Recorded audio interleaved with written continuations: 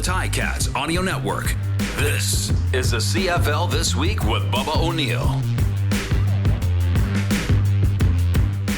The finish line for the CFL second season is definitely in sight, yet there is still so much to sort out.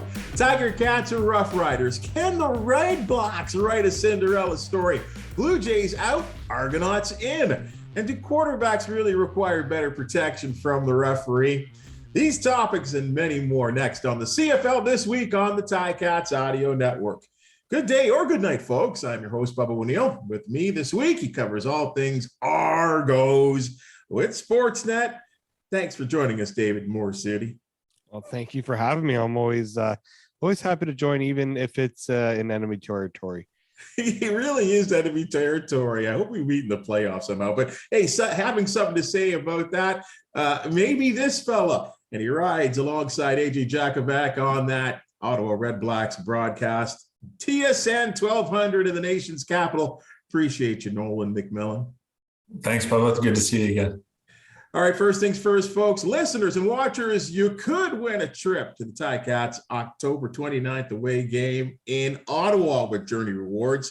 Simply hit ticats.ca/journey-rewards to enter to win 2 tickets on Via Rail, hotel and game tickets, plus a chance at other prizes, including an autographed Ticats jersey or a $250 gift card to the Ticats shop. Go on the road with the Ticats to Ottawa with Journey Rewards. All right, fellas, let's get busy. Let's get busy here. David, kind of to you first here. Everyone's talking about it across the nation. Now, the Blue Jays shorter than expected postseason run. Will it lead to improved attendance and viewership on television for those Toronto Argonauts who look like they are the class of the Eastern Division? Yeah, we were all wondering about that game on Saturday with whether or not the Argos would even consider moving it, because to have the Jays and Argos at the same time just didn't seem like a recipe for success. Surprisingly, there were more fans at that game than many of us in the press box were expecting. We were expecting below 10,000. They actually had 11, which doesn't sound like a big number but considering the circumstances, it was actually not too bad. It just shows that there is a diehard core of Argos fans that will go regardless of what's happening in the city.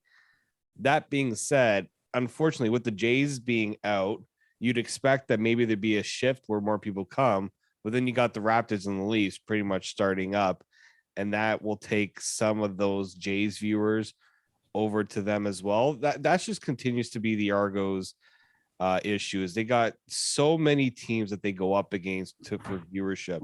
TV viewership suggests that there's still a good number of fans that watch games. It's just getting them to the stadium that's always been the problem. They do that final home game. They are making a big push. I do know that they're doing some nice little promotions to get fans out for that final home game. I am expecting a better number, especially if this game with Montreal potentially could have some, implications with home field advantage and first in the East, if that ends up being a possibility. Nolan, does it surprise you? I mean, I've always believed that whether you are in Canada or the United States, anywhere around the world, when your team is a winner, people will show up. Yet that seems to be, it's like the story the Argonauts continue to fight because they've had some good teams over the years. Absolutely, and I think that they're coming on strong here down the stretch as well. I went to a game earlier during the exhibition. Stadium wasn't very full, but it was a good environment for sure. I think the most discouraging thing and what really doesn't translate well on TV is from the broadcast booth, the background is completely empty, the upper deck is completely empty. And I mean, that doesn't instill any excitement in anybody to come out and be part of that atmosphere. So I think that it's kind of a cycle that they need to jumpstart in order to get the stadium full and build some excitement that way, because it really does not translate well on a broadcast when you have an empty stadium. David, that's a concern I've always had. And I don't, both of us have friends at TSN, the broadcaster for the Canadian Football League. And I don't know is it not possible? Because I think even when there are 10 or 11,000 fans, most fans seem to be sitting on the side where we, the media, sit. I guess that's the covered stands or the majorly covered stands. And I just think, Nolan raises a great point. The optics of it are incredible. And when you see a stadium that's 3/4 full or full, it just looks better than that empty one side. Can they not shoot it the other way? I've thought about that. I really did. And I don't know if it's just because having everything on that side with all the cables and stuff that they need to transmit, maybe that's just logistically, that's how they have to do it. But yeah, I think BMO Field gets a bad rap, and a lot have been said about the crowd and the noise. But if you see from where we see, it's full, it's loud, like the fans really do bring it. And it doesn't do justice when you see, as Noel mentioned, that other side that just looks bare and empty. And the other problem with BMO Field is in the summertime, that east section is just plastered in the sun.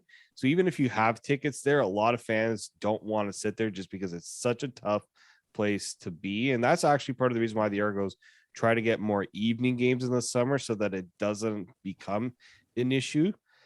I just feel like if you find, and the Argos have tried in the past to get promotions like $20 tickets with, just some sort of promotion to get people on that side so that they can at least have somewhat of a full section. I think you just have to do your best to try to fill that section as much as possible. I'm not saying give away tickets. The Argos have made it a point to say they don't want to give away tickets, partly because, those who have supported the team through season tickets, it would feel like a bit disrespectful for them that that the Argos all of a sudden are just giving away tickets, but make it in a way that will entice more people, because people are now looking for cheap entertainment options in terms of affordable.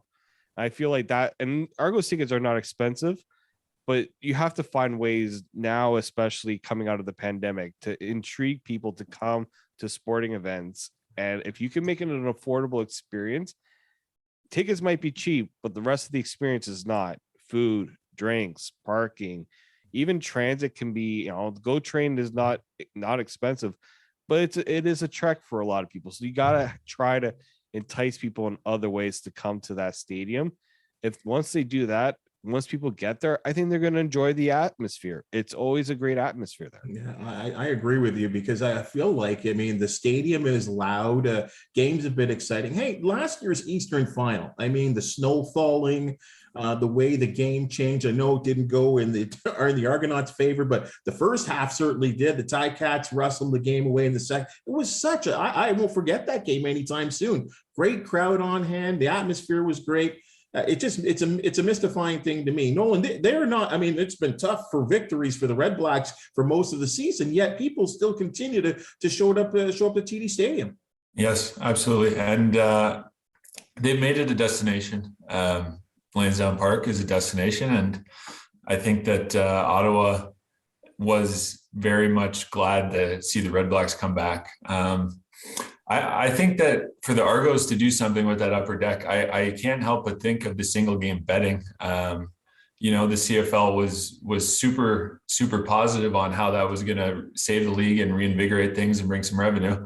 I think that maybe you could implement that as, this is almost the bettors lounge up here on the upper deck, and see if you can't drum up some interest in that way, because people are all for single game betting. And I think you can make some really interesting prop bets there in person.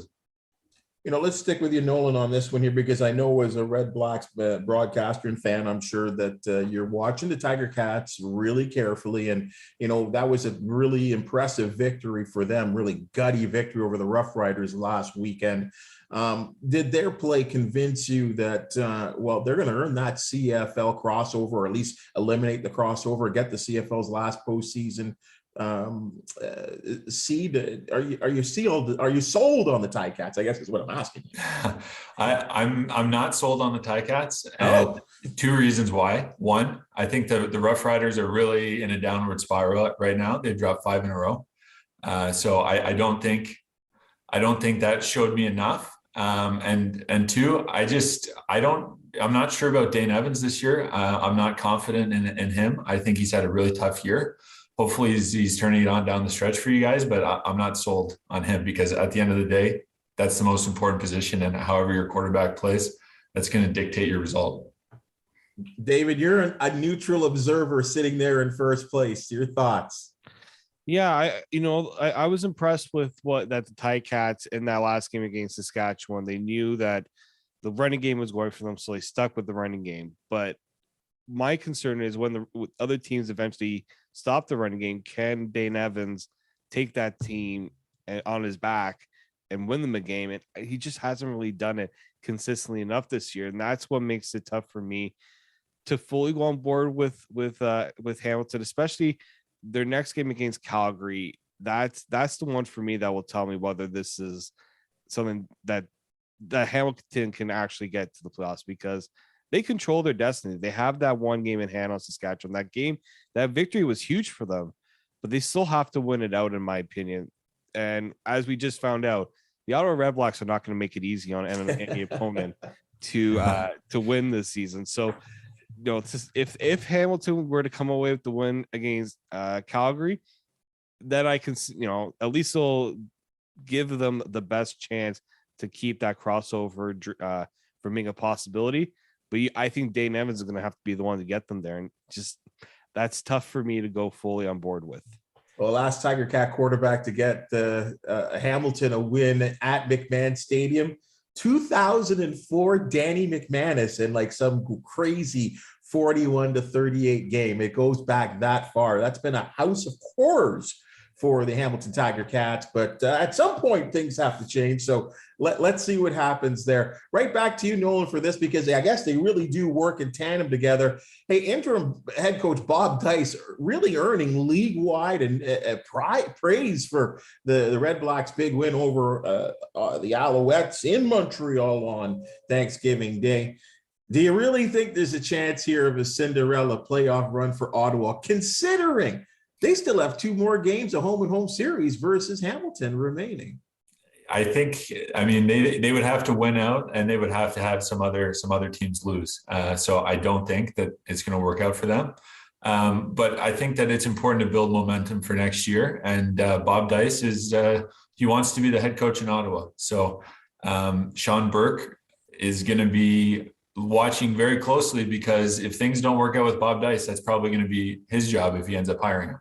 So I think that they showed up and they played for him, and that was great. But again, back to the quarterback, Nick Arbuckle hasn't been consistent. Caleb Evans hasn't shown that he's ready to take that lead role. So again, if you're one-dimensional with the run, people are going to force the quarterback to beat you, and I don't think they have that guy right now.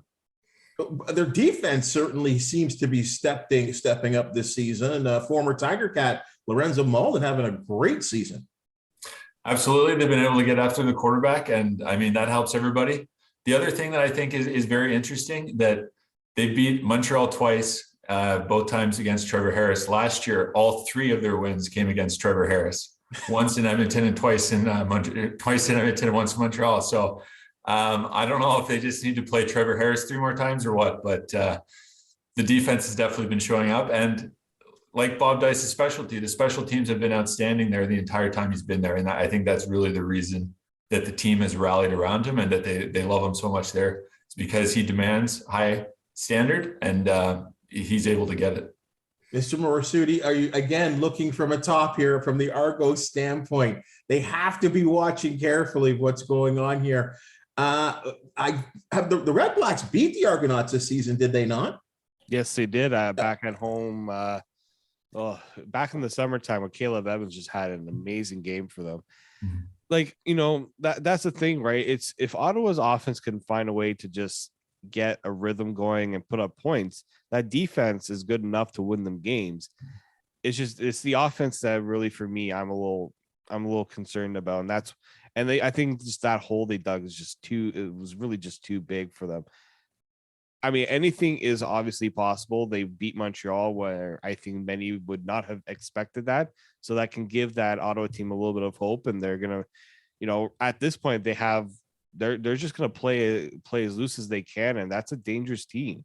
You know, you don't, when you go up against a team that has nothing to lose at this point, maybe that reinvigorates something, but I just think the hole they dug is a little bit too much.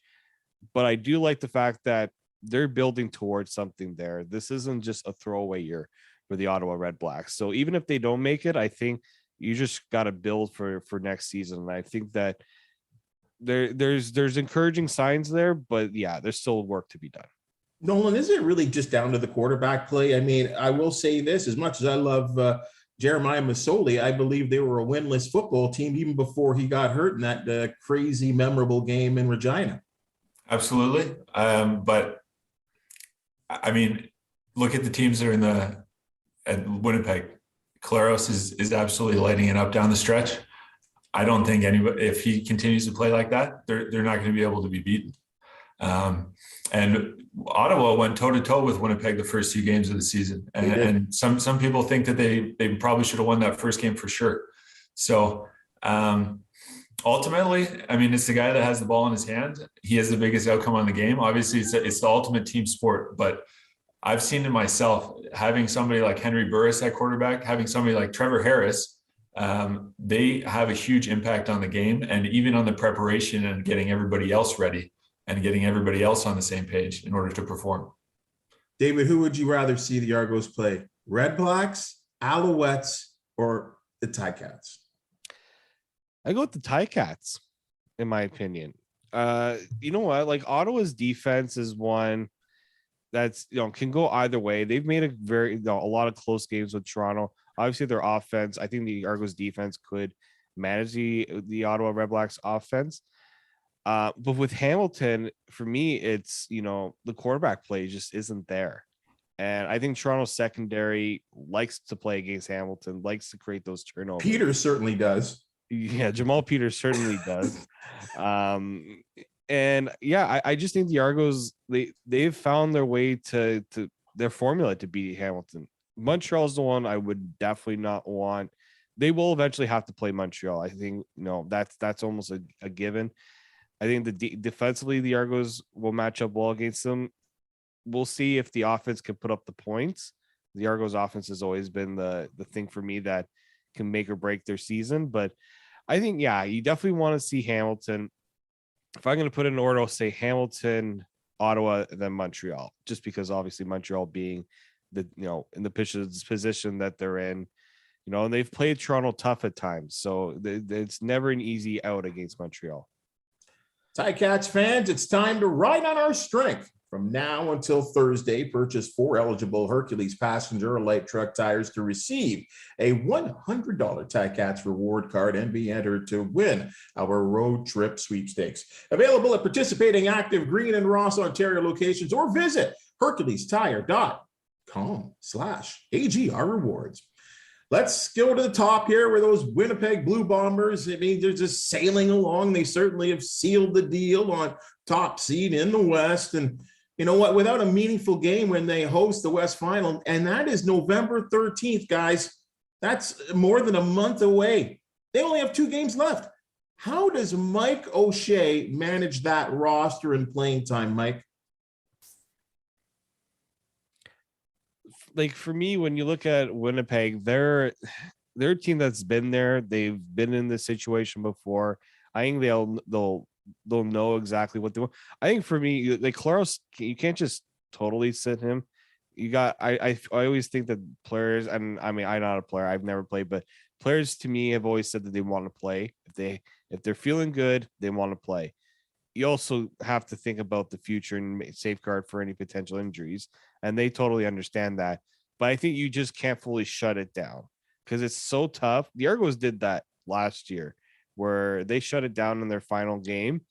It felt like that did them worse because they just had to find a way to switch it back on again. And I feel like that's not the right way to go. You want to make sure that you're going, especially when you have that bye, you want to make sure that you're not, the rust factor won't be an issue come playoff time.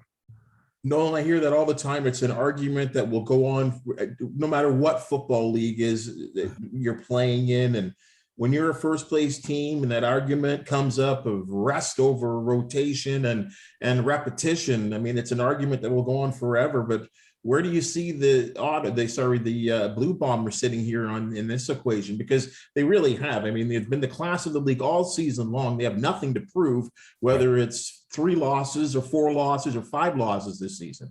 Right. Yep. Absolutely. There's just one game that they're worried about winning. And I think ultimately it's more art than science. I don't think Mike O'Shea is dogmatic at all. I think that he is going to take the pulse of, he's got a veteran team. So ultimately, I think he's going to ask the players what they want to do. How are you feeling as a player? Do you need to play this game or do you need the rest? So, I mean, they've got a lot of veteran players on the offensive line, and in the defense, they got Big Hill, Willie Jefferson, Stanley Bryant. I could see some of those guys getting a rest. And I think that those guys have the experience and the ability that having a week off is only going to help them perform better in the playoffs. Is there such a thing, Nolan, as getting rusty? Does that really happen? It does, but I mean, these guys have been at it since July. So they've been practicing 4 times a week, playing 14 games. If they just practice for the next month, I don't think that they will come out too rusty. Obviously, with quarterbacks and receivers, there's a lot more timing involved with that. But in terms of an offensive lineman or defensive player, these guys are locked in. These guys are watching film every day. These guys are at the facility and practicing all the time. I don't think that a month of sort of taking care of the body is gonna come back to bite them. And I think, David, for them, really, I mean, even if you are coming out a little rusty in that West final, you also, as an opposing team, have to deal with that crazy crowd at IG Field. Yeah, the home field advantage has always been there for Winnipeg. They thrive off of that. And it's the weather too, right? You know, some players are just not used to playing in those conditions, especially in Winnipeg. So I think that will be a factor as well for them. Yeah, but I think knowing that they'll have home field, it gives them that comfort. It gives them that extra confidence that, you know, the crowd can play a huge factor in getting the team up if they're not exactly firing on all cylinders. I think that's always an underrated aspect of playing in Winnipeg. Guys, it was really interesting to see the way the BC Lions have handled this. I mean, yesterday they released this little, it was cloudy, it was foggy. It looked like Lisa LaFlamme's video. I couldn't really see what was going on. It was like a little 6-second blurb of injured quarterback Nathan Rourke throwing the football at practice. He's been off with 7 weeks with that Lisfranc foot injury. But I got to ask you this. They're in this big battle with the Stampeders for second place to host that West semifinal and have maybe the best shot at getting at the Bombers. If Nathan Rourke, and we've seen him at 100%, if he's even 75 to 90% for that final regular season game or even for the postseason, David, do you start this fella? I think if he's got the green light from the doctors and if he feels good, you start him. I think BC has put in so much stock on trying to win this year. You know, when he went down with the injury, boom, they went and got Vernon Adams. They wanted to keep this season alive, and they understand that losing out on potentially hosting a playoff game, you know, new owner wants to have that revenue from playoff tickets, and I think they want to keep this momentum of, you know, bringing in the fans and having them something to cheer for. And the playoffs are, I mean, I would expect a big crowd if that's the case. And what better way also to sell your fans on the season, saying Nathan Rourke not only coming back, but he came back from an injury that some thought was going to take him out for the rest of the season. You got to be smart about it. If the doctors are concerned at all, you have to think about the long-term future of Nathan Rourke. But if he feels good and the doctor gives the green light, there should be no reason why Nathan Rourke shouldn't be on that field. Nolan, it was amazing because I actually thought the BC Lions were keeping the Winnipeg Blue Bombers honest. Yes. But since his injury, they go 2-4, and they did have to go out there and get the likes of a Vernon Adams because Antonio Pipkin was not the answer. Mm-hmm. They might have not won a game if they continued to go down that path. But what do you do here? Like, I mean, and I know players, they sometimes say they're their own worst enemies and saying, yeah, coach, get me in there. But right. I mean, but this is a guy that's still probably going to be with the Lions unless there's some crazy NFL deal that's out there that he's still under contract for next year. So what do you do with him? Well, I've had the Liz Frank injury myself, so I can relate to what he's going through. And I saw the video. I just don't think that there's any way that he's going to be ready to play at the level that they need him to be, and also to be mobile enough so that he doesn't set himself up for something potentially worse. But ultimately, I mean, if he is able to come back, obviously you want him in there. And I think same thing with Mike O'Shea. I've played for Rick Campbell. He trusts the players. He's going to ask him, are you good? Are you able to play? So I think he's going to leave it up to him. But I just, having had the injury and seeing that 4-second clip of him throwing, I don't see how it's going to be possible. And I don't think that it's in his best interest. Nolan, can you give us, and I'm glad you said what you just said there, because I think there's a lot I think everyone's calling it a foot injury, but it's defined as a Liz Frank. Can you just tell people exactly what that injury is? It's a crushing injury on your foot where your first and second metatarsals are separated from the ligament. So your arch is basically collapsed. And so in order to fix that, you have to be non-weight bearing so that the ligament heals. And there's various different severities of the injury. For me, I had to have my foot screwed back together so that the ligament would heal and be completely non-weight bearing for 8 months. And I didn't really feel normal for about a year. So wow. It was a very, very tough injury. I was able to come back and play a couple more seasons, but it's a career ender for some guys. So the foot is a very hard area to heal because it doesn't get much blood flow. And just seeing him on there and seeing how he was pivoting on it and just seeing how he's moving, I don't think that it's going to be possible this year. And as a quarterback, I mean, we're always talking about technique. He needs to step into throws, right? Exactly. Yeah.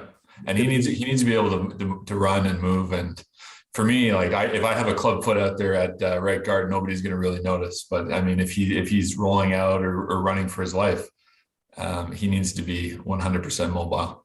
And as a guy that's been on the field there at that level, is it fair to say, and I don't want to say mean, but when an opposing team knows about injury, they're going after you, right? Like absolutely, fair to say, right? Absolutely, yeah, absolutely. So, I mean, it's in the scouting report. Everybody knows. People are very interested in how he's doing and how he's feeling, and so it's everybody wants to win, and you play to win the game. So it's common knowledge.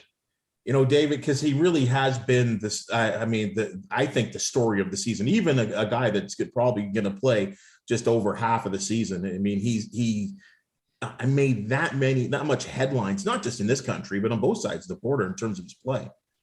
Yeah, I mean, he was the biggest story in the CFL, and for good reason. I think the CFL has been not only wanting a Canadian quarterback to step up and show that there are capable players north of the border, even if they go and play south of the border, that they can represent this country in that way.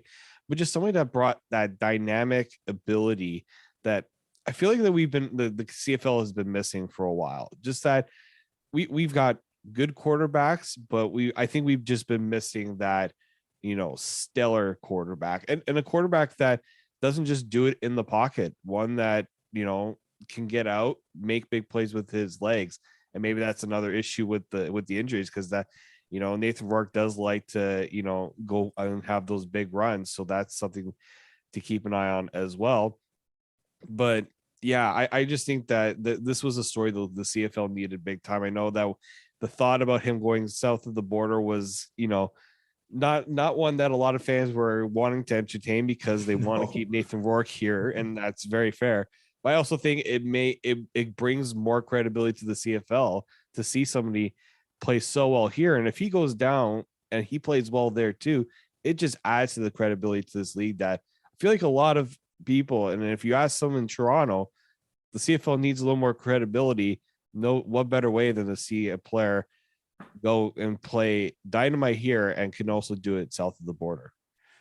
Let's stay with quarterbacks, guys. The National Football League, we've seen it just in its past weekend of games. Monday Night Football, it became a huge topic of conversation.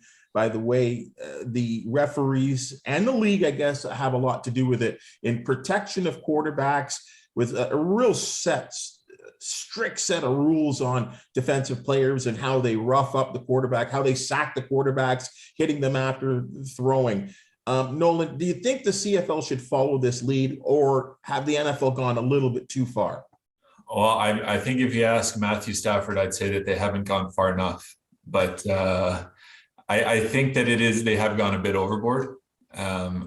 Ultimately, the quarterback, he's out there like everybody else. I mean, having the strike zone and limiting the headshots or the shots below the knee, I think that that's acceptable.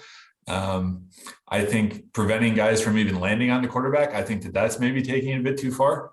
And some of these calls, I mean, as a viewer, you don't want to see any penalties at all. It disrupts the flow of the game, and it impacts the outcome. And so if it's even a marginal call, I think it negatively impacts the game to have that happen.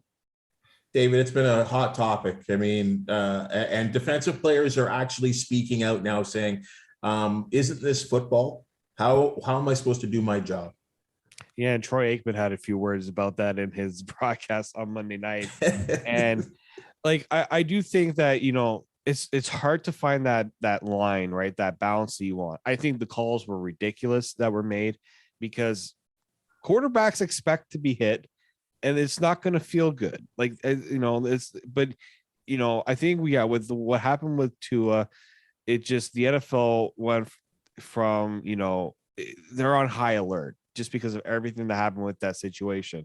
But that also was more so, the NFL, the team, the player, they kind of brushed off in something that was serious.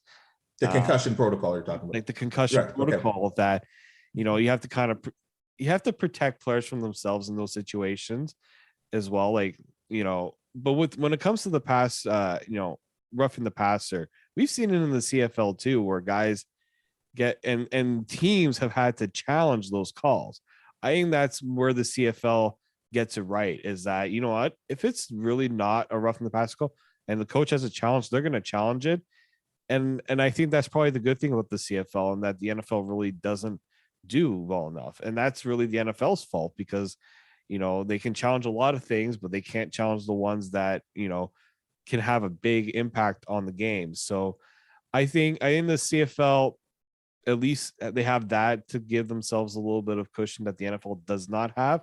But yeah, I think that, have to be careful that, quarterbacks, and I know I talked to quarterbacks, I talked to McLeod Beth Thompson, he expects to get hit, and he expects it to be it's a tough physical sport. He understands that. You have to just find, I think players just need to be proper, need to know what are the boundaries that they can go with. And once they do that, I think they always find a way to adapt. No, it's tough because, I mean, you talk about it. I think you're really correct in saying that we don't, the least amount of penalties, the better. The least we see the stripes, yes, the better, less effect on the game. As you said, the time commitment that it takes to analyze, sometimes review a call. It right. does. It's slow. It really, really does hurt pace of play. I think that the league, in the Canadian game, at least, needs to be complimented. I can count on 2 occasions this year, if we're going to even slip to the concussion issue, where the spotters said, hey, that guy, Trevor Harris, the Montreal Alouettes in that crazy game, late the drive against the Tiger Cats, pulling Trevor Harris, and virtually what was the second to last play of the game. So it looks like they're doing their job, is I guess what I'm trying to say. Absolutely. And I think with any of this stuff is you just need to be decisive. I mean, you're having an extended review over whether or not it's roughing or not. At the end of the day, I mean, there's an element of human error in officiating, and that's been part of the game. I don't know if they're trying to remove that as part of the game, but as a fan, I'm okay with that. I'm not okay with the 5-minute review of whether or not he hit him in the neck or the head. Yeah, and it's tough because I think, and you're right there, David, the fact that, I mean, Tom Brady was asked about that flag in that controversial call on Sunday, and he basically said, I don't throw the flags. Really? Because I actually, when you looked in the guy's eyes, I think he was a little surprised that there was a roughing the passer call. But you certainly have to feel, really tough. I mean, it's hard enough, I think, to be a cornerback, to protect players, watching wide receivers and, connecting from long bombs and stuff. But now you got these defensive linemen, David. I mean, they have to be so frustrated on, because for the defensive lineman, it's get after the runner and get after the quarterback. And not put yourself in a position where if you're going to get it to the quarterback and you're worried about how you're hitting them and you miss out on a tackle, like that looks bad on them as well, because they might want to go and hit a certain way, but then they're like, oh, am I going to get a flag for this? Is it all going to be worth it at the end?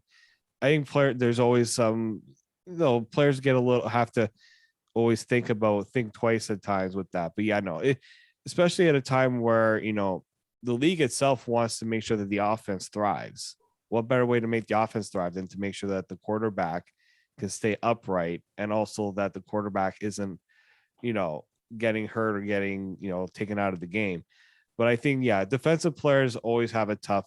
They always are one of the more frustrated when they make a tackle, they think it's good, and then they see the yellow flag, and they just kind of they're beside themselves. And sometimes, it's emotion that plays into it, and sometimes there's legitimacy to it, especially when you have replays, all these different angles. And I think some people also have to keep in mind that in real time, it looks one way to the referee. As Nolan says, these people are human. They see things one way.